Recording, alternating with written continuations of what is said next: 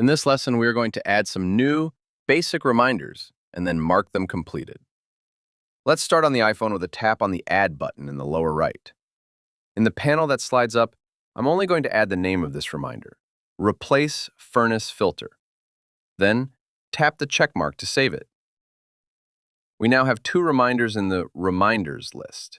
These are also displayed in the All Smart list. We can add another reminder into this list with a tap on the blank area below. Start typing to enter a name. I'll just call this Reminder 1. Hit the Return key after entering the name of the reminder, and we are automatically moved down to the next line with a new reminder.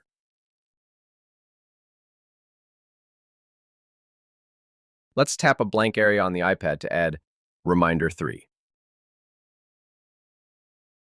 Tap the circle to the left of each reminder to mark them as completed. The reminders are then automatically hidden from the list after a few seconds.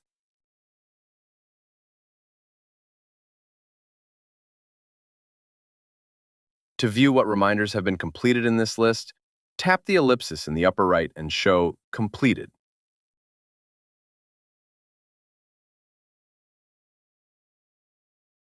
Tap the circle again to remove the reminder from the completed list. Tap here again to hide the completed reminders.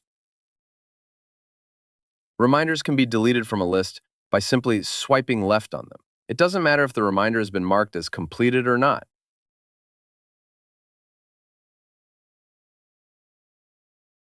These have all been basic reminders which we don't actually get reminded of.